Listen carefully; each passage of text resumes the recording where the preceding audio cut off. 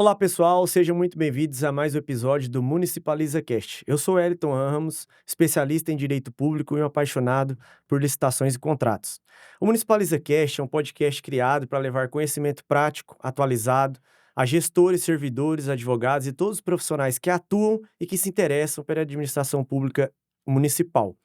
Aqui nós debatemos temas atuais, apresentamos boas práticas e trazemos especialistas para compartilhar experiências que ajudam a aperfeiçoar a gestão, a governança e as contratações públicas no setor. O episódio de hoje, vamos aprofundar um tema essencial para a realidade das compras públicas, que é como justificar e comprovar a inexigibilidade de licitação na prática, de acordo com a nova Lei de Licitações 14133 de 2021. Para essa conversa, tenho a honra de receber a nossa amiga, doutora Luciane Palhano, uma grande referência em licitações e contratos, com vasta experiência na aplicação prática da nova lei e consultora na área de licitações. Doutora Luciane, é um grande prazer e uma satisfação tê-la conosco aqui no Municipaliza Cast. Seja muito bem-vinda. Elton, muito obrigada pelo convite, estou muito contente, eu adorei esse projeto, achei ele essencial para que a gente possa levar informação, sobretudo para os nossos municípios, como o próprio nome sugere, né, para que a gente possa levar informações práticas, questões que podem aí, resolver o dia a dia das prefeituras, da administração pública em geral. Então eu agradeço demais o convite, doutor, e estou muito feliz por estar aqui falando de um tema que é bem controverso em vários pontos e que a gente vai tentar aí desmistificar algumas coisas e trazer aí algumas questões mais práticas. Bacana, Lu. E é interessante que a doutora Luciane, nós já temos ladeado um bom tempo, né, na Comissão dos Advogados Publicistas, da qual já pude ser presidente dessa comissão, e já debatemos vários temas nessa comissão, e um deles foi, inclusive, a inexigibilidade de contratação de escritórios, né, e tudo mais. Então, é um tema bastante relevante, e é muito bom ter aqui você, Lu, porque a sua experiência, com certeza, vai agregar a muito ao nosso podcast aqui. Então vamos começar aqui com o bloco inicial, que é sobre conceitos e principais inovações. Então, eu gostaria que você explicasse de uma forma simples o que é inexigibilidade de licitação e em que ela se diferencia das dispensas de licitação. A inexigibilidade de licitação, ela vem de um conceito que é a exceção, né? A regra é licitar. Então, a regra é que a administração pública precisa promover os processos licitatórios para contratar aquela demanda, aquela necessidade que a administração possui. A inexigibilidade é uma exceção e que, portanto, vem da inviabilidade de competição. Então, só se caracteriza a inexigibilidade de licitação quando eu tenho uma inviabilidade de competição, no sentido de que eu não tenho possíveis interessados em competir para aquele produto, para aquele serviço, enfim. E a grande diferença, a outra grande diferença que eu vejo é a questão do rol taxativo e do rol exemplificativo, né, porque a inexigibilidade, ela tem um rol exemplificativo. Era o antigo artigo 25, Sim. que agora virou, só para complicar a nossa vida, virou 74 da 14133, e o 24 virou o 75, que era o da dispensa. Então a gente trabalha com o mesmo conceito, então o conceito não mudou, a gente vem talvez desde o decreto 2300, depois 8666 e agora 14133, os conceitos não foram alterados em relação à inexigibilidade e à própria dispensa. Mas a gente precisa entender que um é taxativo e outro é exemplificativo, e a inexigibilidade ela me permite, digamos assim, uma criatividade maior, né. Na dispensa eu tenho o rol ali dos incisos, que eu acho que são 30 e poucos incisos, e são aqueles incisos, né. O caput do atual artigo 74, quando ele fala em viabilidade de competição em especial, né, as 5 hipóteses, aí eu trago aí outras possibilidades que não aquelas que estão inseridas nos 5 incisos do artigo 74. Bacana. Lu, com relação aos principais mudanças trazidas pela 1433 em relação à antiga 8666, no tratamento da inexigibilidade, quais foram? Eu penso que a principal, antes de falar, né, das mudanças, eu penso que a principal mudança, eh, foi o credenciamento, né, a possibilidade de fazer o credenciamento, porque o credenciamento era um instituto meio vago, digamos assim, a gente fazia ele na 8666, com fundamento no caput do artigo 25, mas se você digitasse ali Ctrl F na 8666, você não encontrava a palavra credenciamento. Então, para mim, é o grande diferencial em relação às inexigibilidades e talvez um dos grandes diferenciais na 14.133, né. Então, se a gente pega, o antigo artigo 25 da 8666, nós trabalhávamos com 3 hipóteses.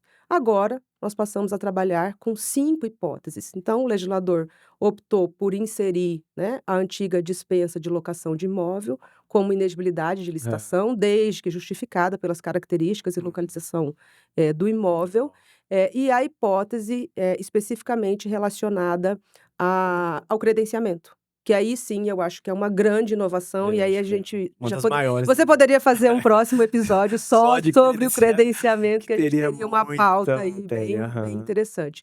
Eu acho que o grande diferencial é a inserção desses 2, e aí o credenciamento ele tem, eh é interessante que ele começou tímido, né, Eliton, e Isso. agora ele vem tomando uma Uma proporção muito proporção, grande, né, de principalmente várias na questão hipóteses, né. dos mercados Isso. fluidos, né. Tem um artigo do professor Rony, eu acho que com o professor Marcos Nóbrega, salvo engano, Isso mesmo. que ele trata do marketplace, Aham. né. Então muita gente criticou a nova lei de licitações por não ter a previsão expressa do e-marketplace. Para quem não sabe exatamente o que é, seria como se a gente montasse aí uma espécie de Mercado Livre, de Isso. Amazon para a administração Administração pública, pública. obviamente comparando, mas guardadas as devidas proporções e com a legalidade. Então muita gente questionou, né, que a nova lei não trouxe isso, mas na verdade, quando se fala no credenciamento, abre essa possibilidade do e-marketplace, que é algo que vem sendo construída. Eu acho, sem dúvida, que a grande mudança foi,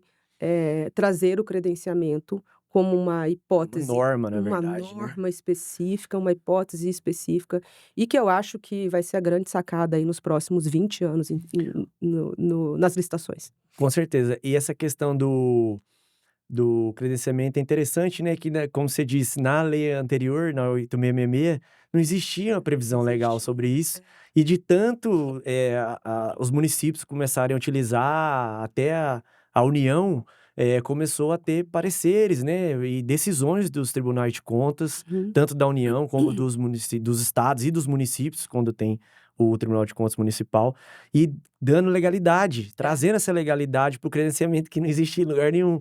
Então esse, foi, eu acredito que realmente que foi uma grande inovação e que agora ele está de forma legal É. e expresso agora na nova lei, E né. já tem as regulamentações, né, então os municípios já estão regulamentando e Sim, devem deve regulamentar, regulamentar. obviamente, o credenciamento ele tem uma série de liberdades ali que você pode regulamentar, de forma diferente da União, que é um pouco mais complexo, né, mas Aham. eu acho que realmente foi a grande inovação.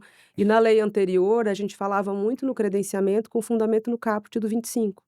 E aí os É. doutrinadores começaram a criar, né, uma hipótese de inviabilidade de competição, que seria a licitação, entre aspas, para a contratação de todos, né, É, que é a ideia do credenciamento de um modo geral, né. isso. Então eu acho que sem dúvida nenhuma, e eu ando apaixonada pelo credenciamento, O eu acho credenciamento que é eu acho que é algo que grande vai inovação e uma evolução, eu até achei, assim, uma evolução muito da nova grande. lei, né. Luciane, em quais situações, de forma prática, é possível contratar diretamente com base na inexigibilidade? Já adiantamos um pouquinho aqui na anterior, né, mas eu tenho 5 hipóteses hoje, né, na lei anterior eu tinha 3 e agora eu tenho 5, que é o fornecedor exclusivo, que já existia na lei anterior, mas que tem algumas mudanças que a gente vai falar, e em relação aos serviços técnicos especializados, que é a terceira hipótese, e na verdade a segunda é contratação de profissional do setor artístico, desde que consagrado pela crítica especializada ou pela opinião pública. Pública. Então essas 3 hipóteses a gente já tinha na 8666, que eram os antigos incisos 1, 2 e 3 do 3. artigo 25, e aí eles foram mantidos. A redação do inciso 1 foi alterada um pouco para comprovar a questão relacionada ao fornecedor exclusivo, que é um tema extremamente, debatido hoje Uhum. também, né, Elton. E aí surgem essas 2 novas hipóteses que a gente já falou, que é a do credenciamento, que é a mais interessante de todas, e a locação de imóveis, que na lei anterior estava no inciso 10 do artigo 24, né, que era Que era dispensa dispensa, de né? Mudaram licitação, até né, e aí mudou a isso. lógica, né, ela passa a ser inexigibilidade de licitação, o que para mim faz Eu mais acho que faz mais sentido. sentido, né, com certeza, porque, você já tem o imóvel, você fez todo um levantamento, e aquele imóvel é a única opção que você tem que vai atender às necessidades da administração para aquele tipo de contratação ali da Exatamente. alocação. É. Então se fazia uma dispensa, então, tipo assim, a dispensa não teria muito sentido, porque na dispensa ficaria, na verdade, aberta a uma concorrência, né, de certa É, forma. Ela é um é. pouco mais restrita em questão de valores e tal, Uhum. mas ficaria mais restrita a isso, eu acho que É, e quando o legislador ele tira da dispensa e traz para a inexigibilidade, na verdade, para mim, porque a dispensa ela é dispensável, você pode Uhum. licitar ou Ou não, não, né, isso. que é uma das grandes diferenças aí. Uhum. No caso da inexigibilidade, eu já tenho a inviabilidade de competição. Então há uma inversão na lógica de que, a regra passa a ser a inexigibilidade de licitação, desde que eu consiga comprovar, primeiro, que eu não tenha imóveis. Isso foi muito legal também, né, você tem que demonstrar que a administração pública não tem aquele imóvel por conta própria, dela mesma, e demonstrar que aquele imóvel atende às minhas necessidades em função da localização, da divisão e de outras características, né, não faz sentido se eu quero montar um posto de saúde no bairro X, não adianta eu abrir uma licitação, para que outras interessados participem e eu tenho que montar o posto de saúde numa outra É. localização, quando eu tenho já um imóvel adequado para isso. Eu acho que essa alteração também foi muito bacana por conta dessa inversão na inversão dessa lógica mesmo, né. Que a gente ainda questionava muito a Mudou o questão da instituto, né, ali, dispensa. Mudou ali, da e dispensa e pra aí cá faz e toda a diferença, faz né. toda a diferença, que aí você é isso que a gente colocou, já atende direto à necessidade da administração, não precisa ter uma disputa, uma concorrência, né, Uhum, teoricamente entre participantes para que, atenda e às vezes não atenda a contento o que a administração necessita, né. exato. Ciane, como a nova lei reforçou muito a questão da necessidade de planejamento para essas contratações, qual é o seu entendimento sobre essa questão do planejamento nesse caso aí? Eu vi até, né, assisti o Maravilhoso, né, do Flávio Cabral, Aham, e aí vocês trataram aí das questões mais complexas dentro da realidade dos isso. municípios e, sem dúvida nenhuma, o planejamento é a principal, né, a ausência de planejamento. Eu costumo brincar que tem vários prefeitos que em dezembro decidem montar a casinha do Papai Noel, em dezembro. E aí eu costumo perguntar o seguinte, Elton: "Mas todo dia 25 de dezembro é Natal, Então, não muda isso? Se você questionar o carnaval, mas tem todo 25 de dezembro tem Natal, qual é a dificuldade de eu planejar como vai ser a minha isso. decoração de Natal lá no A mês de festa do junho, réveillon a geralmente festa tem do um show ao réveillon, é mesmo tudo em cima tempo. da hora". Então, sem dúvida nenhuma, essa é a grande dificuldade que já vem aí, né, a gente não tinha de forma muito contundente a palavra planejamento, ela vem até na 866 ela não tinha essa palavra, né, não é como está na 14133, a gente usava muito a LRF para falar de Isso. planejamento, né. Mas hoje a nova lei de licitações, a 14133, ela traz aí 10 vezes a palavra planejamento, sendo que acho que uma ou 2 delas, é planejamento estratégico, que é uma coisa, né, completamente É, diferente que a administração pública ainda não consegue pois fazer é. na maioria das vezes. Então, eu acho que o legislador ele deu uma importância muito grande ao planejamento. E aí nós consultores, né, nós que atendemos aí as dificuldades dos municípios, a gente tem que bater muito nessa questão do planejamento. Você tem um instrumento do plano de contratação anual, que é uma ferramenta Fantástica, eu acho. essencial, Eu também acho. maravilhosa, é uma forma de você obrigar, né, no caso o nosso cliente a se Aham. minimamente se planejar. Então, sem dúvida nenhuma, eu acho que a 14133 traz a importância devida mesmo, que deve existir em relação ao planejamento das contratações, sem dúvida nenhuma. Dentro dessa questão do planejamento, tem uma questão que eu já fiz até alguns regulamentos sobre isso, que é o plano de logística sustentável, né. Então Uhum, isso aí também é uma questão muito interessante, que é aplicável à nova lei de licitações, que traz essa questão de sustentabilidade para as contratações, planejar a alteração e a troca de algumas questões que tem dentro da administração, serviços e etcétera, e nas contratações também você aplicar essa questão de sustentabilidade. Um exemplo claro disso é, por exemplo, a energia. Na uhum, maioria das vezes está gastando um valor absurdo de energia, sendo que você poderia fazer um planejamento, trazer uma energia sustentável, né, que é a energia uhum, solar, que hoje tem muito sobre isso, e você trazer uma economia, e isso pode gerar um valor maior para a administração aplicar aí na saúde, na educação, em outros pontos, né? Um exemplo prático também, por exemplo, a água. A gente fala, mas é a água. A água traz muito isso, né? Geralmente compram fardos e fardos de água e etc.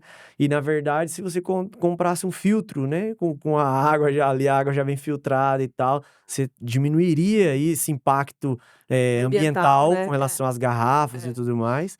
Então são alguns exemplos que realmente tá no planejamento, que você pode trazer isso. O plano de contratação anual, maioria fica com aquela resistência ainda com relação a isso, né? Mas a gente vê que é algo que realmente ajuda. Uhum. E ele é totalmente maleável. Tipo assim, você vai fazer um planejamento mínimo que seja, pelo menos, e depois, se tiver a necessidade de uma contratação ou outra, você vai justificar, vai alterar ele durante o ano e vai fazendo as adequações, né? E eu acho que essa parte da sustentabilidade também é uma grande sacada da nova Uhum. lei, a gente, caminha nesse sentido, né.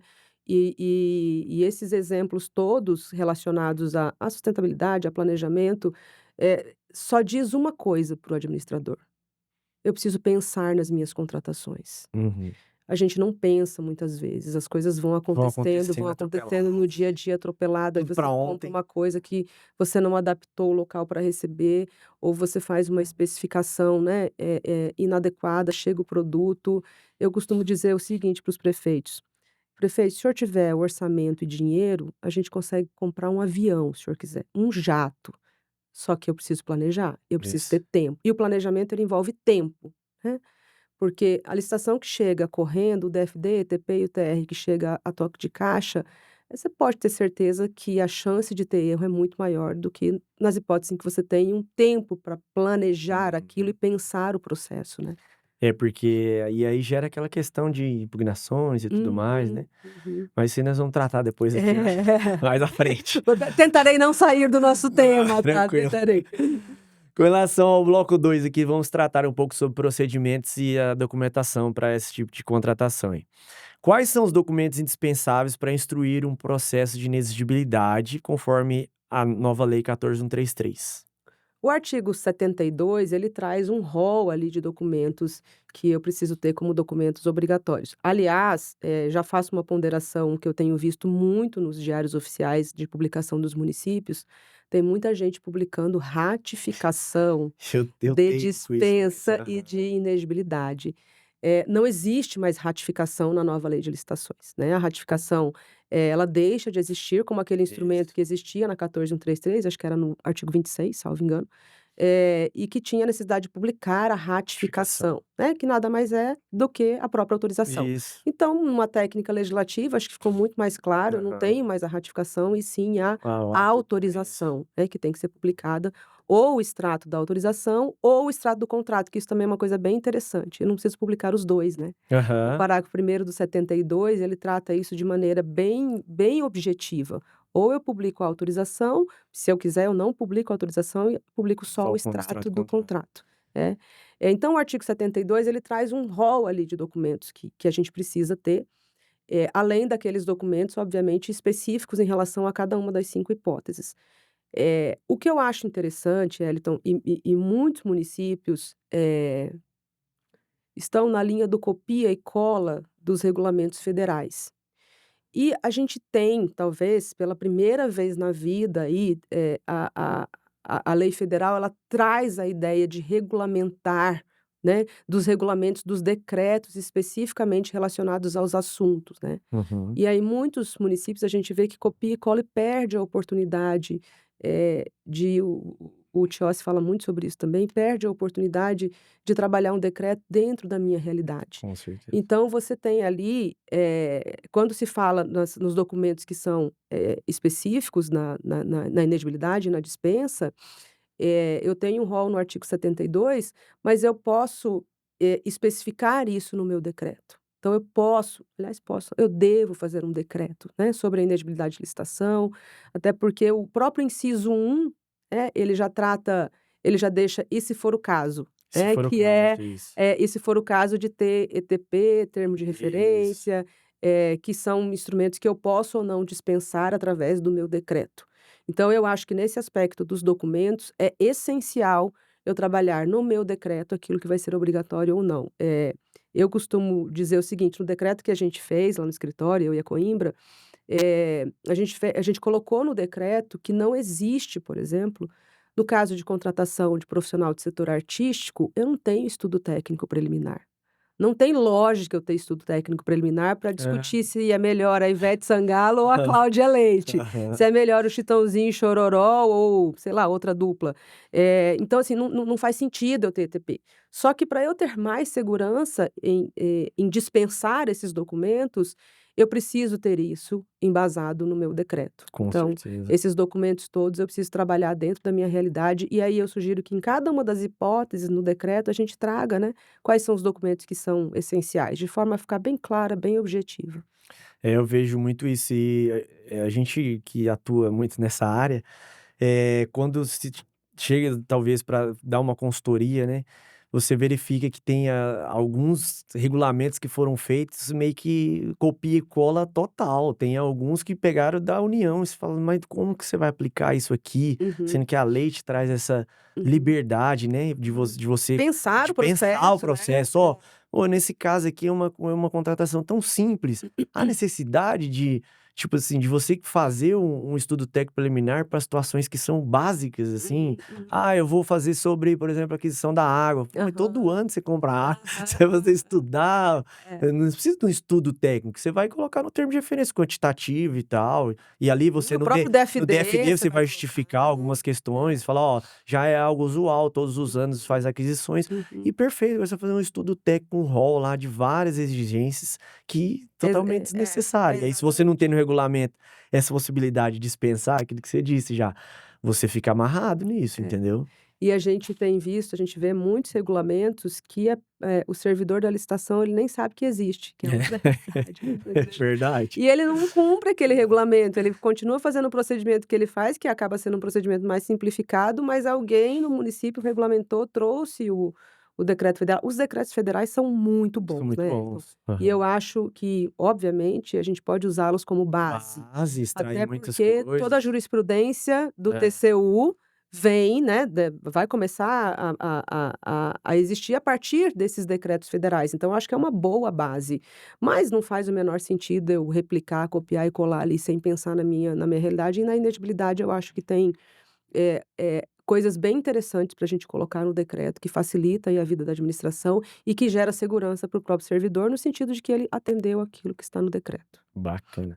Nessa linha de raciocínio, como que você entende que deve ser a justificativa técnica e demonstração da inviabilidade da competição? Foi aquilo que você falou, né? Uhum, Aqui é mais técnico, é mais, né, um uhum, rol uhum, mais. uhum. Então você tem que justificar muito sobre isso, né? Apresentar essa questão de demonstração de viabilidade técnica. Como você vê O esses pontos? inciso 1, para mim, do artigo 74, que é o fornecedor exclusivo, é o que eu menos utilizo na vida, e eu Uhum. acho que é o que deve ser menos utilizado. A gente está num nível hoje, que nada se cria, tudo se Se copia. copia, né, sobretudo com internet, com enfim. Então, assim, hoje para você caracterizar, né, você tem uma mudança aqui tem uma mudança muito grande da 8666 pra 14133. No antigo inciso 1 do artigo 25 da 8666, você tinha que ter a comprovação de exclusividade através de federação, confederação, aí era aquele conceito, Isso. junta comercial, né, sindicatos, confederações, então a regra era muito engessada, né, de alguma forma. E agora a nova lei, ela traz, né, através de contrato de exclusividade, de atestado ou outros documentos hábeis, né, capazes de comprovar a inviabilidade de competição. Então eu posso falar em outros documentos que não necessariamente o atestado de exclusividade de fornecimento ou o contrato de exclusividade, que podem gerar aí, uma inviabilidade de competição. E aí o cuidado ele tem que ser muito grande no sentido de sustentar essa documentação, né, então, Isso. eu acho que esse inciso é o mais difícil de ser aplicado, a meu ver. Eu apliquei ele pouquíssimas vezes na vida, né, na pandemia a gente aplicou em algumas situações que Aham. tinha aí algumas inovações, Sonho. tal, mas de um modo geral é um inciso que me preocupa, porque, tecnicamente é muito difícil você demonstrar que só aquela porque além de você demonstrar, eh, a questão relacionada a inviabilidade, a documentação, eu preciso demonstrar que só aquela solução me atende daquele jeito. Então a documentação precisa ser muito robusta, né, ela precisa ser muito, muito forte para sustentar uma inviabilidade de competição por fornecedor exclusivo. Porque aí você faz, através dessa documentação e você vai ter que fazer uma justificativa muito técnica, É. então é algo muito Você tem que linkar, direto, né, muito às vezes a direto. gente vê umas inegibilidades que não se conversam, o parecer jurídico não conversa Conversa com o com o ETP, que documento. não conversa com o documento que vem do fornecedor. E é interessante, assim, que todo fornecedor vai achar que ele é exclusivo, tá. Todo fornecedor vai achar que ele é exclusivo, né, em alguma medida ele acha que o produto, o serviço dele tem um diferencial. E aí, todas as vezes que eu recebo uma consulta, eu falo a primeira coisa, para o pessoal de licitação: "Dá um Google", né, dá um Google. Pesquisa, entenda. Só se você abrir um Google, você já vai ver que você tem outras opções ali e que muitas vezes eu não tenho condição de diferenciar, de trabalhar com um diferencial muito grande que justifique uma inviabilidade de competição. Então, é o inciso que me preocupa muito e é o que eu menos utilizo aí na administração pública. Legal. Luciane, de que maneira que você entende que o gestor, ele pode comprovar a exclusividade do fornecedor, ou no caso, que é uma situação que eu vejo que é uma inovação, que na lei anterior tinha isso expressamente, que é sobre a singularidade do serviço técnico especializado. Uhum. Agora não tem a previsão expressa. Tem entendimentos que fala que, ó, já foi excluído, não há que se falar, não tá na Exato. lei, É, entendeu? é. Mas tem alguns que defendem, não, você tem que falar que a tem que ter a singularidade do objeto, entendeu? Do serviço técnico que vai ser contratado. De que maneira você vê que o gestor pode comprovar isso? Eu acho que no do fornecedor exclusivo, que é o que a gente falou, na questão anterior, é analisar os contratos de exclusividade, os atestados e fazer essa pesquisa de mercado, né. No serviço técnico especializado, que, existe hoje uma grande briga, existem 2 correntes, né, porque se você colocar Ctrl F e procurar singularidade na 14133, ela não Não existe existe. mais. Então, a rigor, se eu pegar uma interpretação bem dogmática, eu tenho que na 14133 não se exige mais a singularidade do objeto para a contratação de serviço técnico especializado, que envolve na prática serviços de engenharia, serviços de perícias, né, que está lá no artigo 74, no primeiro parágrafo 1º do 74, que tem as hipóteses todas lá, que era o antigo artigo 13 da 8666, e aí eu tenho várias hipóteses ali que o legislador entendeu, por se tratar de serviço técnico especializado, que eu não precisaria licitar em razão da inviabilidade de competição. Entramos nós, os advogados, entra as hipóteses de engenharia, entra perícia, entra treinamento e aperfeiçoamento de pessoal, entra, restauração de obra de arte, então eu tenho várias hipóteses ali que o legislador entendeu ser inviável à competição. A discussão da singularidade para mim, muito embora não esteja expresso na lei, né, eu pessoalmente, é uma opinião pessoal, eu vejo que não tem como a gente contratar por inexigibilidade de licitação, por notória especialização, se de alguma forma eu não tiver uma singularidade. E que isso não fique demonstrado, né, porque para a gente ser contratado como advogado hoje por inexigibilidade, por notória especialização, eu preciso juntar os meus atestados de capacidade técnica, eu preciso juntar as palestras, os eventos, a minha titulação, Isso. né, o que que eu tenho em termos de estudo, o que que eu tenho em termos de publicação, e tem que ter uma relação daquilo que eu vou fazer do serviço que eu vou Com a prestar com especialidade a que eu tenho, da especialidade. experiência que a gente tem. Exato, porque eu já recebi consultas, né, de engenharia, por exemplo, que o engenheiro trouxe um rol de documentos relacionados à energia fotovoltaica, e ele queria dar consultoria, engenharia, Projetos e tudo projetos mais e tal, e não faz sentido, isso não e é lá a tem ideia. projeto executivo e elétrico e tudo É, junto, e né. é que nada me garante que, Ele a vai experiência executar isso com com o notoriedade, né, com requisito da requisitos. inegibilidade, né. A inegibilidade ela é um instrumento muito complexo de ser construído, né. Então eu penso que a questão da singularidade, e é uma coisa também que a gente poderia ficar falando aqui umas 4, Exato. 5 horas, que tem entendimento para os Tem 2 demais. lados, mas eu penso que a notória especialização ela não existe sem a singularidade. né. E isso tem que ficar linkado também, isso tem que de alguma forma ficar claro no processo, né, no processo de inegibilidade. E o que a gente vê é que muitas vezes você não tem essa relação entre o objeto pretendido e a notória especialização. Especialização de que É, está sendo contratado. e assim, é documentação, né, Eliton. É documentação e é, análise da documentação de acordo com o que eu quero contratar. O advogado pode ser maravilhoso na área tributária, mas ele não pode ser contratado Para para licitações e licitações contratos e que não contratos, é. né, que não é. Assim como nós não podemos ser contratados, de repente, para um outro objeto que eu não Isso. tenho a menor noção, É. né. Então eu acho que essas questões que precisam ser bem debatidas no serviço técnico especializado, acho que tem muitas hipóteses bacanas, ali na prática que dá para a gente trabalhar, mas tem que ser bem, robusta a documentação, né. Bacana. Um exemplo claro que é dessa questão até da nós advogados, que eu já me deparei com isso, por exemplo, lá na região, por exemplo, de Corumbá, lá da área lá, né. Lá tem uma especificidade com relação ao porto, por exemplo. Uhum, E aí foi contratado, por exemplo, uma assessoria para realmente fazer a regulamentação e tal sobre uma possível concessão desse porto, entendeu. uhum. Então como que você vai contratar, por exemplo, eu vou chegar lá e falar assim: "Prefeito, eu tenho várias especialidades aqui, sou especialista em direito público", mas aí você vai pegar a documentação, eu nunca fiz nada sobre direito portuário e tal. É. Aí como que eu vou fazer um atendimento nesse sentido e ser contratado, sendo que realmente não tenho essa notória especialização para isso, né. Exato, né. E o requisito da inegibilidade é exatamente esse, né, é a notória Isso. especialização de que Da é área aquele que você profissional na área que ele se propõe, ele não precisa ser o melhor, obviamente, não é nem disso, Isso, mas com que ele certeza. tem, uma documentação que sustenta, eu tenho que ter um liame ali entre o objeto pretendido e a área de atuação do advogado.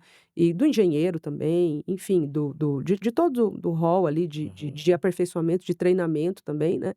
Muitas vezes a gente tem treinamento específico sobre outra área, mas ele nunca deu um treinamento de licitação, ele deu treinamento de tributário, por exemplo. Uhum. Então, essa questão eu acho que tem que ficar muito bem demonstrada no processo. Esse link, esse liame entre o objeto pretendido e a notória especialização, que para mim tem um pouquinho de Tem. singularidade, Aham. e não tem como fugir disso, senão perde a característica de notória especialização, né. Isso tudo tem que estar bem concatenado dentro de um processo. Perfeito.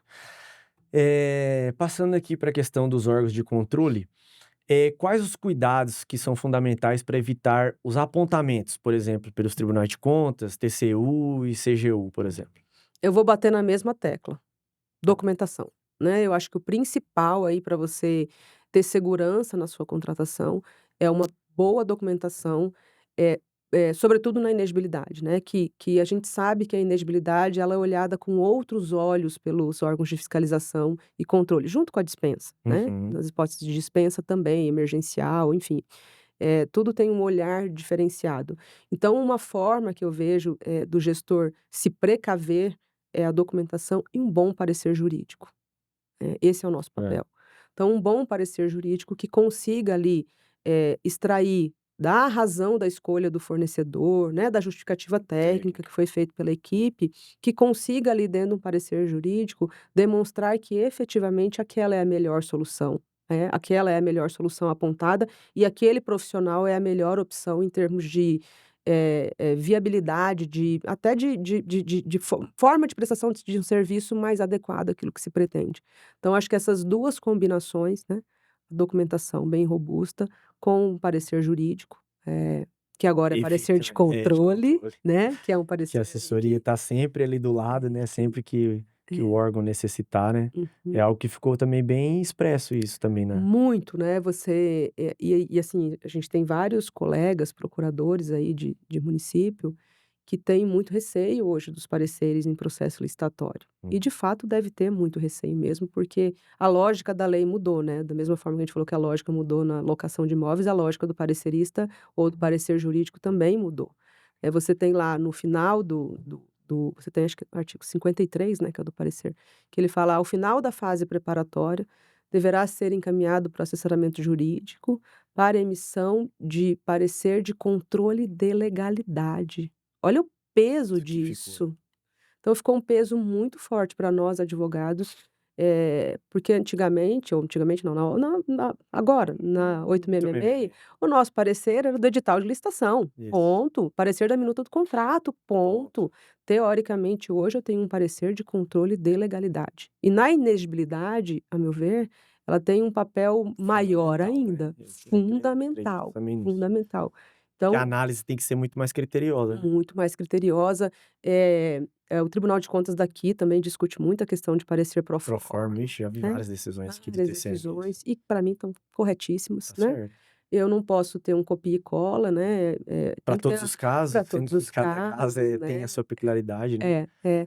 A gente tem defendido muito a ideia, falando do parecer, dos pareceres referenciais.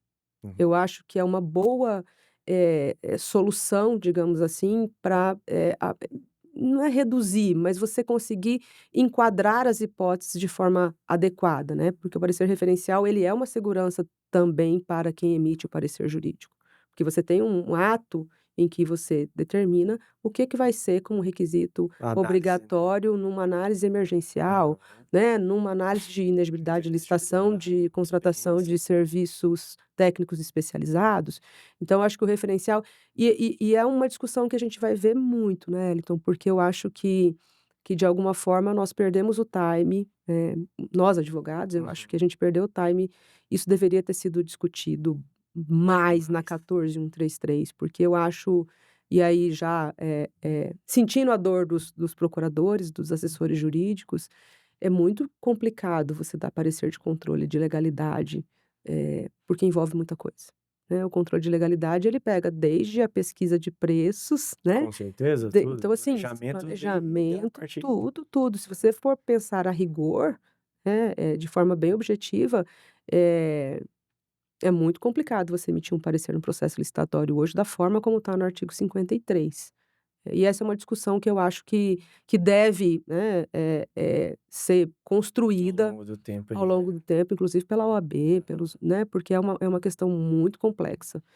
Vai ter uma chuva aí de ações de improbidade Com contra, certeza, isso aí né, a gente tem procuradores. tem essa preocupação, né, dos procuradores, principalmente, os municípios têm muito essa preocupação na hora de emitir, Uhum. e aí às vezes pedem a opinião da consultoria, Exato, fala: "Ó, a gente exato. entende isso aqui, mas vocês que estão mais atuando na área, tal, qual que é o Uhum. entendimento de vocês sobre isso?" Aí a gente vai, traz julgados, explica: "Ó, isso aqui é desse ponto e tal, você tem que analisar muito essa questão dessa documentação aqui", às vezes a gente faz uma orientação técnica: "Ó, né, que precisa nesse caso, né, Uhum. porque aqui eu tô vendo uma dificuldade, né, disso aqui e tal, questão igual a gente estava tratando até antes aqui, questão de software e tal. Então Uhum. cada um vai ter sua peculiaridade. Ó, nesse caso aqui você vai ter que identificar se tem isso, tem isso e tem isso. Aí Exato. a gente orienta e aí dali eles vão fazer o E eu, parecer. sem dúvida, acho que esse é o caminho e os pareceres referenciais, que tem sido pouquíssimo explorado aqui Muito no bom.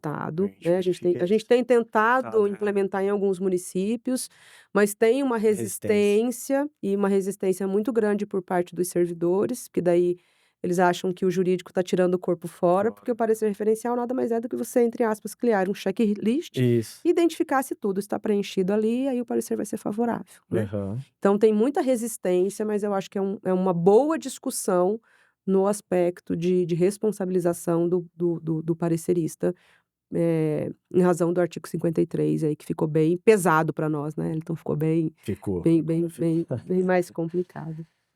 Não, bacana, Lu. Com relação agora ao bloco 3, nós vamos trazer aqui questões de casos práticos e pontos mais sensíveis, né? Com relação à questão da inexigibilidade em si. Com relação a exemplos concretos, né? O que que você poderia trazer com relação à contratação de escritório de advocacia especializado, né? Uhum, Contratação de artistas ou profissionais de qualquer setor artístico, que também está a uhum, previsão na lei, e a uhum, questão dos fornecedores exclusivos.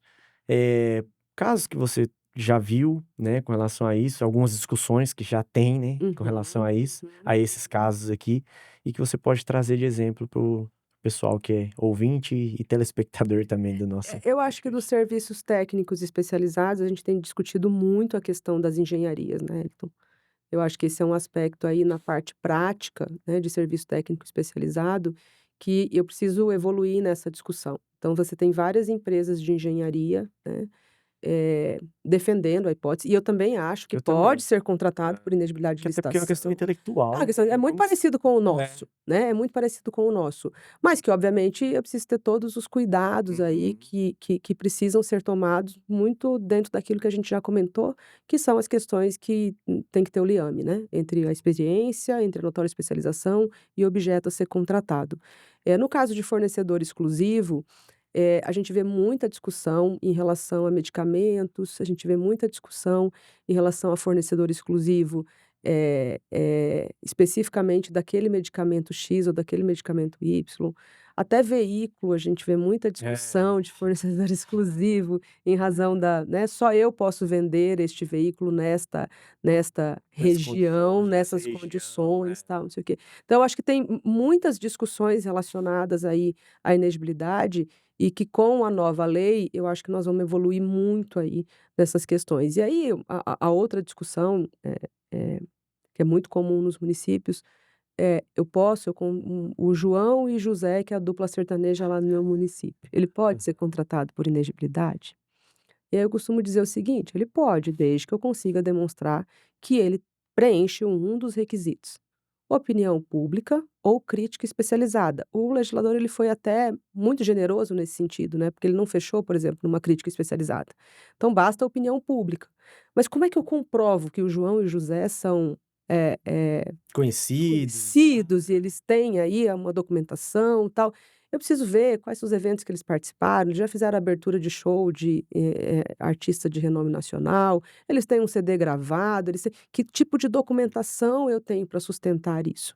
E aí a gente tem sugerido, e aí vem de novo o credenciamento, pra mim esses artistas locais, a maioria deles não tem condição de ser contratado, claro que tem alguns que têm, né, mas a maioria não tem condição de ser contratado. Eu digo não tem condição não por incompetência, não porque toca mal, não porque é Isso, ruim, não tem condição por ausência de documentação. isso. E aí a gente tem feito muito credenciamento para artistas locais. Você já deixa já Que linkado você isso. já deixa, eu preciso de você, né, especifica lá, eu preciso de dupla sertaneja, o que que tem que ter, eu preciso de um grupo não sei de quê, eu preciso, Isso. um artista solo, e aquele artista ou aqueles artistas, eles vão se credenciar, vão receber aquele valor específico, e aí eu consigo trabalhar com maior segurança. Então, no caso de artistas, eu acho muito complicado esses locais a gente conseguir demonstrar que não existe, que existe Que o existe cumprimento dos 2 requisitos lá, né, que pode ser um ou outro. um ou outro. É, é.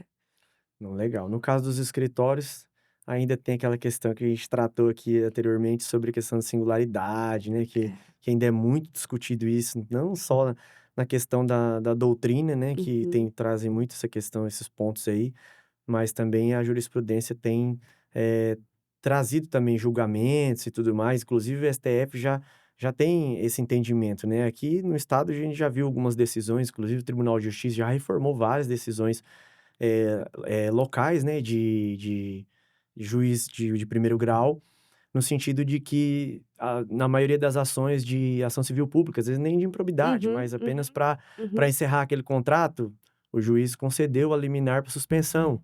Aí o advogado foi lá, fez o recurso para o tribunal que tem o entendimento, né, a maioria, pelo que eu já tenho identificado das jurisprudências aqui, no sentido de que o advogado, nesse caso, não precisa comprovar a singularidade do uhum, objeto. uhum, Se ele uhum. comprovou os documentos de notória especialização, né, que é aquele que a gente já falou, mas é aquele que também você tratou, né. É, tudo bem, mas ele tem a notória especialização para atender isso aqui, entendeu? Então, assim, não a singularidade em si do objeto, mas do atendimento daquilo Isso, isso. que ele Da vai ter. notória especialização Isso, dele, né. Eu acho a discussão é uma discussão que vem de muito tempo, muito. você é mais novo, bem mais novo que eu, mas a gente, por exemplo, a gente, fazia técnica e preço para contratação de advogado, né. Houve Você época que imagina. fazia carta convite para contratação de Pregão já advogado. teve, né. Pregão, e aí a OAB ela teve um papel muito interessante nesse sentido, de proibir o que a gente chama de mercantilização da Isso. advocacia. Eu já tive, casos em que o estimado de um pregão para contratação, de advogado era, sei lá, 15.000. chegar a R$ 1.500. Então, R$ isso aí é 1.500 muito com visita técnica mensal, pois é. né, assim, você não paga nem o custo da Pra ir e visita de voltar. um escritório aqui de Campo Grande. Então, eu acho que a gente já avançou muito, muito mesmo, neste assunto, e eu acho que a nova lei, ela tira a singularidade, eu acho que de forma, bem correta, acho que foi muito assertivo, a questão da singularidade, mas eu não posso perder de vista a questão de que mesmo que não tenha uma singularidade, Correlação, a né. correlação entre o objeto pretendido e a notória especialização do advogado. Mas a gente tem visto muita discussão sobre isso no interior, né, Elton? Assim, Muito. Aqui no eh, estado muitas sempre teve. discussões sobre contratar ou não, né, de que forma, então eu acho que já evoluiu muito essa discussão de advogado. Não vejo possibilidade hoje de fazer nem técnica e preço para contratação de É. advogado, até porque, né, tem decisões que falam muito da questão relacionada à confiança, Uhum. né, eu preciso confiar, Confiabilidade, né. né, o gestor ele tem que ter confiança naquele profissional que ele escolheu para dar consultoria em licitação ou em tributário ou no seu exemplo lá de Corumbá, de Ladário, lá do Porto, né, ele tem que ter confiança, de que aquele profissional vai Vai atender a atender às necessidade necessidades dele. dele. Então eu acho que a gente já caminhou muito, né, e eu acho que esse é o caminho. Eu acho que nós devemos brigar sempre pela nossa contratação por inexigibilidade de licitação. Acho que é uma discussão que não pode retroagir, Com né, muito certeza, eu embora acho a que gente o avanço vê que teve o não avanço que teve, podemos a gente não pode voltar. Isso. retroagir no sentido de que, enfim, fazer as aberrações que existiam antigamente, né, de pregão, né, que a gente já Esse aí falou já vi. aqui, Nossa, era isso aí é era um era absurdo. um absurdo, um Aí você absurdo. pegava a pessoa que era lá, talvez, do município, aí não tinha atestado de capacidade técnica, não Isso. podia ter, não tinha nada. Aham. Aí era só abertura, e aí ia lá para Preço. preço. É. Aí você tem aqui uma especialização, você tem 10 anos de experiência sempre atuando na mesma área, você investiu em pós-graduação, em Uhum. mestrado, em doutorado, você fez artigos, você escreveu um livro, Uhum. você tem tudo isso, tem um rol de documentações que, na verdade, capacitam para aquela contratação. E aí você pega, não é desmerecendo jamais, mas você pega um profissional que acabou de pegar, por exemplo, a OAB, qual que é a experiência que esse advogado, por exemplo, tem para trazer de capacidade técnica para atender realmente as necessidades da administração? É, É nenhuma. nenhuma, Ele vai nenhuma. capacitar, ele vai ter o tempo dele, né, vai buscar todas essas capacitações para que realmente ele possa ter uma notória especialização. Mas naquele momento ele não tem. É. A gente já viu casos acontecendo sobre isso e realmente nós da comissão na época até falamos, ó, o parecer nessa situação, nós estamos lá para ser imparciais. Então assim, ó, não podemos, na verdade, nesse caso, atuar aqui pelo advogado dizendo que a contratação tá legal, porque ele pegou a OAB dele agora em agosto e ele foi contratado em outubro, por exemplo. Uhum, Muito uhum, difícil isso, uhum. né, E então concordo plenamente com você, a gente já fez essa discussão muitas vezes aham. na comissão, até com o Ministério Público, a gente já teve algumas discussões lá na própria comissão, mas assim, eu concordo e eu acho que, é a notória especialização. Então, desculpa, eu já fui recém-formada, você já foi Isso recém-formado, foi e nós tivemos que construir uma com história para certeza. chegar até aqui, né. A grande questão que eu vejo é que, de alguma forma, essa interpretação mais extensiva da ausência de singularidade abre caminho para esse tipo de situação, Aham. com todo respeito ao recém-formado, mas do recém-formado ser contratado por inexigibilidade de licitação para dar consultoria em licitação, por exemplo, né, que é uma matéria extremamente É complexa que a complexa gente demais. até Até hoje hoje a gente tem que não, estudar a sempre, gente tem que sempre, estudar sempre. sempre. Então, assim, eu acho que é muito assim, a lei de alguma forma ela deixou mais aberto isso Aham. com a exclusão da palavra singularidade, mas a gente tem a notória especialização que se mantém ali. E aí eu concordo, eu vejo que, assim como tem advogados que têm 20 anos de formados, mas não têm experiência nessa área específica, que a meu ver não pode ser contratado por inexigibilidade, assim como o recém-formado também não pode, porque ele não tem a notória Aham. especialização, né. Perfeito. Mas eu acho que é uma discussão bem bacana mesmo, que a gente tem que manter firme, Aham. porque cada pouco tem a tendência de retroagir, Discussões, com né, então a certeza. gente tem que ficar muito atento a isso. Não, legal. Luciane, com relação aos erros mais comuns cometidos pelos órgãos públicos, que podem levar à glosa ou à responsabilização. O que você entende sobre isso? Quais são os erros que você identifica assim que é mais comum? Ah, Uhum. isso aqui falta sempre isso aqui, geralmente as impugnações ou até as suspensões pelo Tribunal de Contas, que você tem O que eu identificado mais ultimamente. percebo nas decisões, nas declarações de irregularidade e legalidade do tribunal, é a falta da correlação, é a falta do link. Eu vou repetir isso novamente, porque para mim é a grande questão, né. E que eu não consigo demonstrar que aquele objeto, existe uma inviabilidade de competição, mas aquele objeto, que só aquele objeto consegue me atender. Então eu acho que, no aspecto de controle externo, o que a gente tem que ficar muito, muito, muito, a gente vai muito no tribunal despachar, e aí tem um colega lá que fala o seguinte: "Lu, fala para os seus municípios contarem a historinha". Isso, Eles não coloca no contam uma papel o que está historinha, acontecendo né, não ali, conta a história, né. Então, assim, as pessoas têm medo de escrever, as pessoas têm medo de motivar e deveria ser o contrário, eu tenho que ter medo de deixar sem a justificativa. Aham. Então, muitos dos processos que a gente tem trabalho no tribunal para reverter decisões, é no sentido de não foi explicado. Eu não consegui explicar para o conselheiro por que que aquele escritório consegue me atender, por que que aquele escritório de advogado consegue me atender, por que que aquele escritório de engenharia consegue me atender, ou por É. que que aquele profissional do setor artístico preenche o Na requisito X justificativa, e às vezes, Y. não tem essas Não informações. tem, a "Pô, preciso justificativa contratar e tal", e pronto, e não fala por é, quê. e você tem não é à toa que você tem um instrumento que está lá no artigo 72, que é a razão da escolha do contratado. Ali você tem que escrever, né, por que que eu vou contratar o doutor Eliton para me dar Uhum. consultoria em licitação?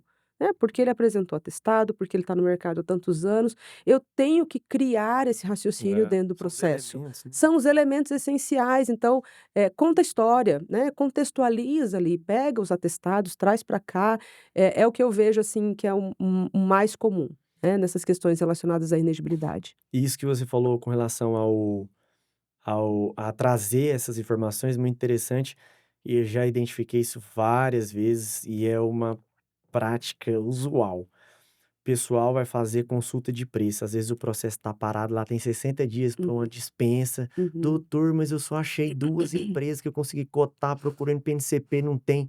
Falei aí você tem que ir lá e falar para ele: "Coloca isso no papel, Isso, coloca lá e é. pode tocar a licitação, Hum. segue". A licitação não foi o legislador trouxe de uma forma que a nova lei pra desburocratizar muitas coisas que tinham, entendeu? É. Então, assim, não coloca no papel, aí fica lá parado, travado, e às vezes manda do jeito que tá. Fala: "Beleza, você não tem 2? Você só tem 2, você conseguiu? Pega o print lá do PNCP que você fez a consulta, coloca. Ó, fiz uma consulta aqui também no Google para ver algumas informações sobre isso, achei um ou 2 aqui só". Coloca ali. "Ah, eu consegui 2 fornecedores, mandei para 100 fornecedores aqui, Uhum, uhum. 2 que me enviaram". Você colocou um prazo? Demonstra, Coloquei né. um prazo, todos os e-mails estão aqui, então junta os e-mails, coloca ali, faz ali um documento que você coloca um relatório da pesquisa sua e você informa: "Ó, Exato. fiz várias É. fontes, identifiquei só 2 e daqui para frente o valor médio é esse, vamos publicar aqui", abrir os 3 dias e assim. Eu falo muito isso nos treinamentos, né, que a gente faz para os servidores, que o número 3 virou um número cabalístico na lei de licitações, né. Não é 3. 3, 3, Não, 3. eu tenho que ter 3 3 cotações, cotações. eu tenho que repetir o processo quando a gente tinha, né, a dispensa lá, que agora mudou, mas é de fracassado ou deserto, eu Aham. tenho que repetir 3 vezes, na 866 não tinha o 3, É. né, eu tenho que ter 3 cotações de preço. Não, a gente sugere 3, né, você É. tem hoje a lei fala de 3 fornecedores em uma das E uma das hipóteses ali, hipóteses. mas obviamente como sugestão. E fala É, ou, né, sempre ou, pode ser o concomitante ou não, se você não identificou. exato, e assim, demonstra isso no processo. Mas é o 3, é o 3, o 3 para um monte de coisa que a gente vê, e aí você me lembrou agora falando da questão do preço, que tem uma discussão, voltando para nós advogados, como é que se demonstra, né, a questão do Uhum. preço nas inegibilidades. Então, o que que a lei diz, né? Teoricamente eu não vou fazer pesquisa de preços, né, e eu vejo muitos processos, com pesquisas de preços. de outros. Ah, o Em outros advogado, escritórios, né. a Lu vai ser contratada, eu vou ver quanto que o Wellington cobra. Eu não É, posso me comparar com não você, nem pode, você jamais. comigo. Eu tenho que Cada um tem seu demonstrar preço, sua estrutura, tem tudo a isso. justificativa de preços, né, que é um outro documento obrigatório no artigo 72, ela tem que dizer o seguinte: "Olha, a Lu presta serviço para tantos municípios, ela cobra tanto a Uma hora, média de eu tenho que ter serviço. uma coerência ali", né. E assim também em relação às atividades de profissional do setor artístico, que é uma questão que eu bato demais, eu acho que foi uma super inovação da lei, você que ter que trazer a planilha de composição de Uhum. custo, quanto que o guitarrista ganha, quanto que o baixista ganha, isso tem que estar no processo, eu acho que esse foi um grande avanço, uma grande sacada do legislador. E além disso, eu preciso das notas fiscais comprobatórias, porque muitas vezes o mesmo artista cobrou 50.000 e ele cobrou 200 aqui. Uhum. Tudo bem, 200 era o réveillon, foram 5 dias, assim, assim, É, assim. tocou do Aqui era um dia restringido, né. comum, tal, aqui eu tinha mais gente, mais instrumentos, mas eu preciso justificar isso no meu processo. Essa questão do preço na inegibilidade, é um dos pontos mais importantes, né, Elton? Eu acho que é a grande calcanhar de Aquiles aí com É, relação a essa situação, é. essa comprovação Comprovar precisa ficar muito comprovar bem. e demonstrar isso com relação ao preço, né. Uhum. Eu acho que é o grande diferencial que tem na nova lei e que, na maioria das vezes, não conseguem demonstrar isso na prática e colocar no papel, que é aquilo que a É, gente já falou aqui. Então, aí o órgão de controle olha e fala: "Nossa, ele colocou só o valor aqui, mas e aí, de onde que ele tirou esse valor?". Ele exatamente. tem igual o nosso tem, por exemplo, uma tabela referencial de hora técnica. Uhum. Qual que é o valor da hora técnica? X. Então, a gente tem uma média de Quantas horas eu trabalho para esse quantas horas município para pelo esse porte do município, pelo porte do município, né. município e tal. Ah, é tantas horas. Então a média de valor aqui é esse, então você tá usando a tabela e lá fala mínimo, né, Uhum, a tabela. uhum, Então na maioria das vezes aqui, pelo que eu vejo da maioria dos profissionais, principalmente aqui do estado, colocam o mínimo da tabela. Tudo bem que a gente uhum. poderia colocar, ó, a tabela é 619, acho que tá Acho que agora, é, salvo engano, a de é. 2025, mas a minha hora técnica cobra R$ 1.000. Se Uhum. for uma pessoa lá, eu tiver que fazer 1 hora para atender, para analisar um documento, para fazer isso, eu vou cobrar R$ 1.000. Mas a gente coloca geralmente no mínimo e coloca a quantidade de horas que realmente é de trabalho e Uhum. faz a composição de preço. Tem É, alguns que ainda colocam lá a questão de, pô, a viagem eu custo tanto, o hotel é não, isso, mas eu acho que isso aí acho que não, eu também já está acho que não. envolvido dentro do preço, né? Da hora, Da né, hora da hora, técnica que eu você também já acho. tem, né? Então, E Elton, para mim, assim, principalmente nós advogados, a gente não pode permitir que se faça pesquisa de ah, preços não, em jamais. Isso aí. inexigibilidade de licitação para contratação de advogado, e eu já vi muito.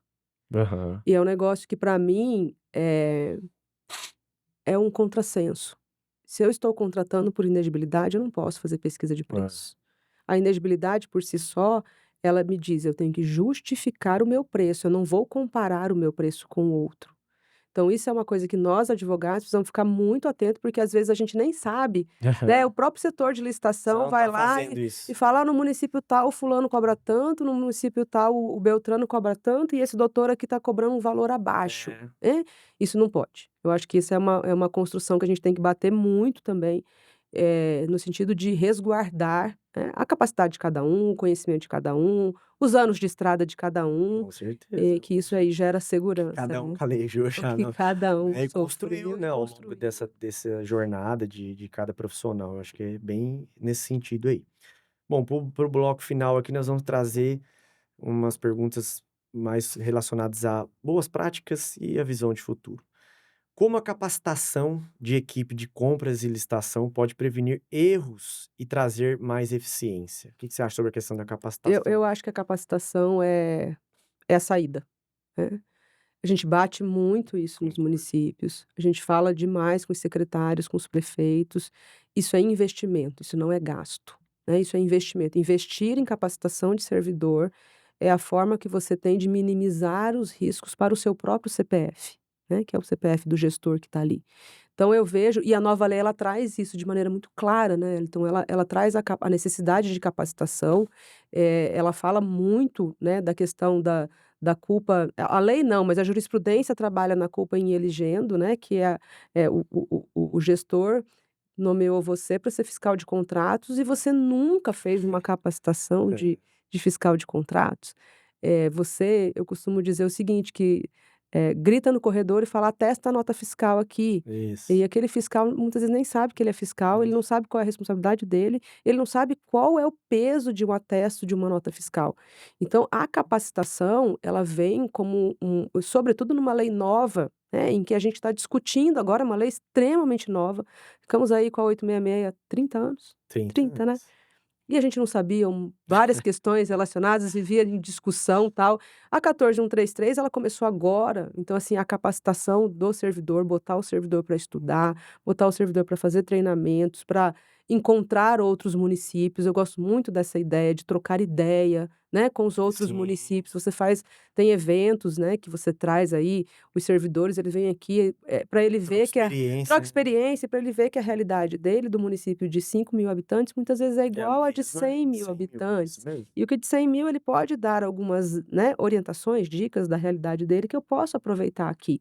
Então eu acho que, sem dúvida nenhuma, o legislador foi muito assertivo ao trabalhar a questão das capacitações, É né. continuada, né, tem previsto lá Exato, claramente sobre isso. exato. Que é uma atualização constante, né, a Constante. licitação não para. Até porque se a gente é muito interessante isso, quem acompanha realmente os julgados dos tribunais de contas, nós estamos vendo aí uma Uma enxurrada enxurrada. de decisões e tal. Então você pega o Tribunal de Contas, da Bahia entende dessa forma, o Tribunal de Contas de Minas Gerais Contraditórios, contraditório, o né. Tribunal de Exato. Contas aqui do estado entende de uma forma diferente. Então, é muito relacionado a essa questão da capacitação. Então, é importante capacitar, porque tem aquela questão da segregação de função, né? Uhum. Então, para você responsabilizar, por exemplo, igual você disse aí, do fiscal de contratos, ele tem que ter capacitação. Se você capacitou, já vi decisões de tribunal já falando Sim. sobre isso. Inclusive de excluir o gestor da Isso, da responsabilidade, responsabilidade, porque o porque fiscal foi treinado e ele tinha capacitado. capacitação, ele fez várias capacitações, ele fez prática, ele já tinha na prática, ele conseguia identificar e fiscalizar aquele contrato e ele não fez. Aí Uhum, beleza, quem vai ser uhum, responsabilizado? O fiscal, o uhum. prefeito, o presidente da câmara, o presidente do instituto, né, da É, autarquia, ele não vai ser responsabilizado. Agora, ele tem que conceder esses mecanismos para que realmente ele se capacite, né? que a matriz de responsabilidade, É, né. Eu gosto muito da ideia de matriz de é isso. responsabilidade, que você só responde pelos atos da sua competência, Perfeito. desde que você tenha sido capacitado para isso, desde que você tenha sido treinado para isso. Então é uma segurança para o gestor, né, ele não tem às vezes o gestor entra, né, a gente está no primeiro ano de mandato de muitos prefeitos. Os cursos são caros. Uhum. "Nossa, mas o servidor de novo vai fazer curso? Mas vai viajar de novo pra" Sim, e quantas vezes É. você puder mandar, quantas vezes você puder pagar, porque realmente é o que torna o que traz eu tenho municípios que eu trabalho há muitos anos, Wellington, e eu vejo a diferença De quem é capacitado, de quem que não é. de municípios que investiram na capacitação, que tem 12 anos, que investem em Aham. capacitações constantes de servidor, a qualidade desse trabalho aqui, né, se você comparar com municípios que não investem, né, os problemas que você, consegue resolver Resolver aqui é muito muito mais. diferente. Então a É, capacitação igual ela aquele caso que eu estava te falando, né, às vezes tem um estudo técnico, termo de referência, e aí a pessoa já está avançada naquela etapa, né, ou às vezes pediu o auxílio da consultoria em algum determinadas situações, e aí ele fala: "Doutor, me ajuda a montar o DFD", fala: uhum. "Mas meu Deus". Meu Deus. Mas acontece muito isso aí, por quê? Muito, É falta de muito. capacitação, com É, certeza. Então, às é. vezes, o gestor coloca aquele servidor que vai fazer o DFD, mas ele não tem a capacitação para isso. Então, Uhum. aí falta E essa e e questão. o interesse do servidor também, né, Aham. eu vejo ainda ontem estava dando um treinamento e estava falando sobre isso. Eh, 15 anos atrás, para você fazer uma capacitação de licitação, você Nossa, tinha que pegar o carro e não sei para isso. onde. Hoje você tem Você tinha que ir lá para capacitações São Paulo para pegar um maravilhosas, evento uma vez um no evento ano, 2 caríssimo, né. caríssimo. Hoje você tem capacitações no próprio site do Tribunal de Contas do Estado do Mato Aham. Grosso do Sul, capacitações maravilhosas de fiscal de contratos, que você vai lá, se cadastra, assiste, né. Além do TCE, você tem o YouTube, então você tem uma série de doutrinadores disponibilizando vídeos ali sobre o assunto. Você tem hoje, Tem plataformas que você contrata plataformas que e você às vezes é mais contrata. barato ainda do que fazer uma Isso, capacitação tem. lá em loco, que você não vai Uhum. ter despesa com Você a contrata para diária, todos os você contrata para servidores, todos, né, cada um vai ter seu coloca ali no link. auditório, né, Com reserva uma certeza. sala, então acho que motivo, né, desculpa não há. Você Uhum. tem várias formas de capacitar o seu servidor. Hoje, muito embora eu sempre acho que o presencial é muito mais interessante, Sim, mas você por tem conta do isso. network ali entre É, eles, a troca de é, experiência, né. mas você tem um universo de possibilidades de capacitação. Legal. Lu, com relação às tendências, o que que você enxerga para o futuro das contratações diretas, principalmente, diante da crescente atuação dos órgãos de controle? Uhum. E aí falando, eu sei que nosso objeto aqui, eu procurei me ater a Esse tipo de isso. mas aqui já entrou na parte de boas Aqui eu práticas, já posso já na pode parte mais geral. generalizar.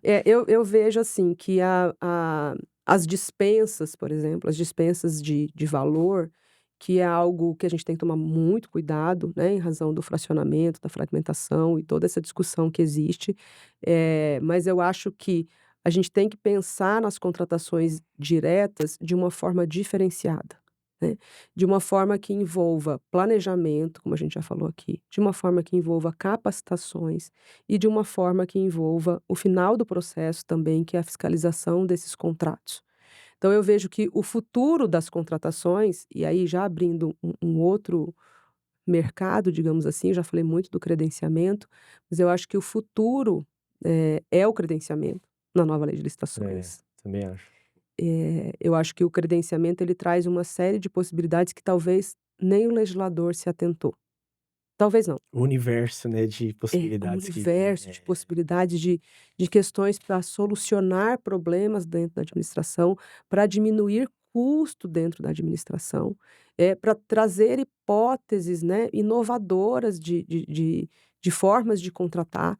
Então eu acho que realmente, em termos de contratação direta de um modo geral, né, e já especificamente da inegibilidade, eu acho que o credenciamento é o futuro. E eu acho que tem muito a evoluir, eu acho que a questão do marketplace, eh, é algo que, deve acontecer, não deve demorar muito tempo, porque, seria maravilhoso a gente poder entrar lá e comprar e já resolver o Uhum. problema, né. Quero comprar um veículo, eu vejo ali quais são os veículos, é óbvio que tem que ter toda uma É, normativa sobre isso, que tem que gerar segurança, que tem uma série de coisas. A própria inteligência artificial, né, Eliton, que eu vi que também você, teve um tratamos, o episódio aqui Gustavo Tata aqui, também. foi legal. Também acho que é uma inovação que a gente tem que trazer para nós. Muitas vezes nós e os próprios servidores da licitação temos resistência a isso, mas eu acho que o caminho é realmente trazer a inteligência artificial para trabalhar em conjunto conosco, de modo a facilitar, a garantir aí uma maior celeridade nos processos e segurança, né, porque você Uhum. consegue ali trabalhar, óbvio que você não vai, eh pegar o arquivo exatamente, copiar e colar e colocar ali, né. Você vai ler, você vai adaptar dentro da sua realidade, mas eu acho que são temas, assim, que eu acho que deve ser, muito explorado na Tendência, 14133. né, pra isso. Tendência, a tendência. Legal. Inclusive você falando aí sobre a inteligência artificial, e a gente já tratou também sobre a questão dos acórdãos, no dia 1º e no dia 2 agora de outubro, vou estar participando de um evento lá com o Tiossi Júnior, e com o doutor Muito bom. Lisotero, e os temas serão realmente esses aí. No primeiro dia a gente vai tratar sobre a utilização da inteligência artificial Nas nas contratações. contratações, né, na lei Uhum. 14.133, e no outro dia nós vamos tratar sobre 33 acordos dos tribunais de contas, que está tendo uma enxurrada Como de tem o decisões, que eu né. tenho visto e até, no próprio Instagram, né, como a gente recebe uma enxurrada de informações, né, Eliton.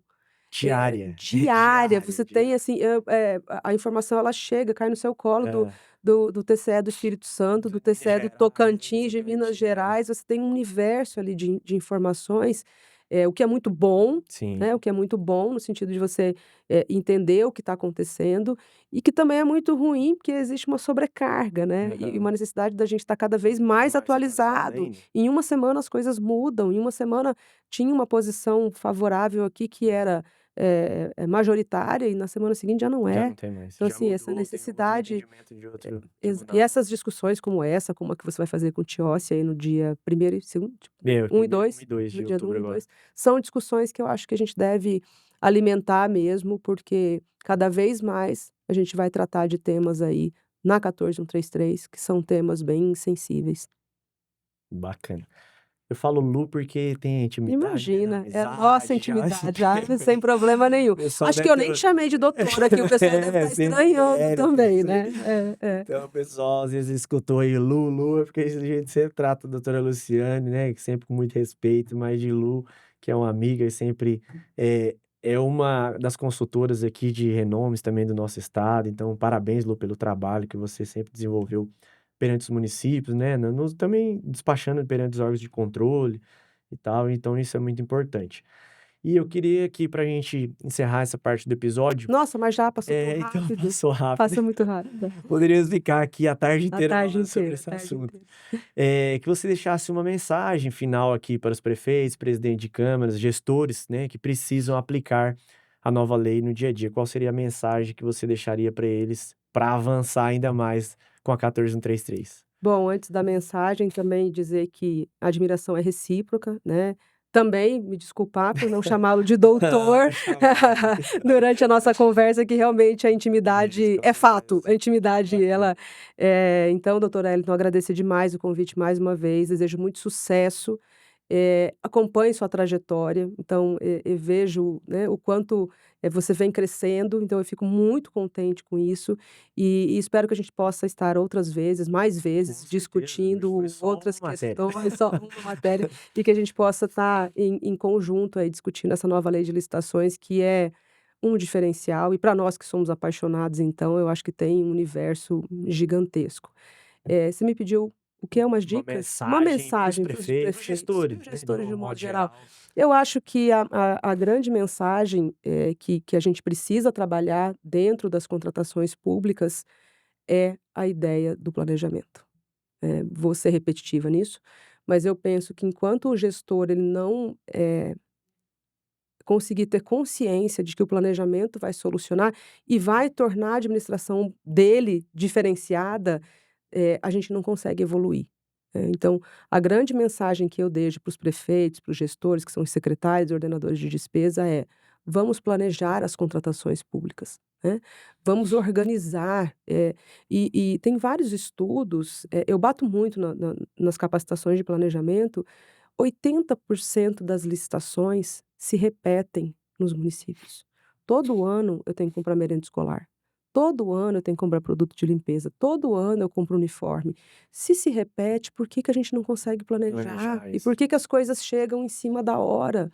Se eu tenho um processo planejado, e isso muitas vezes é a tomada de decisão do gestor, né.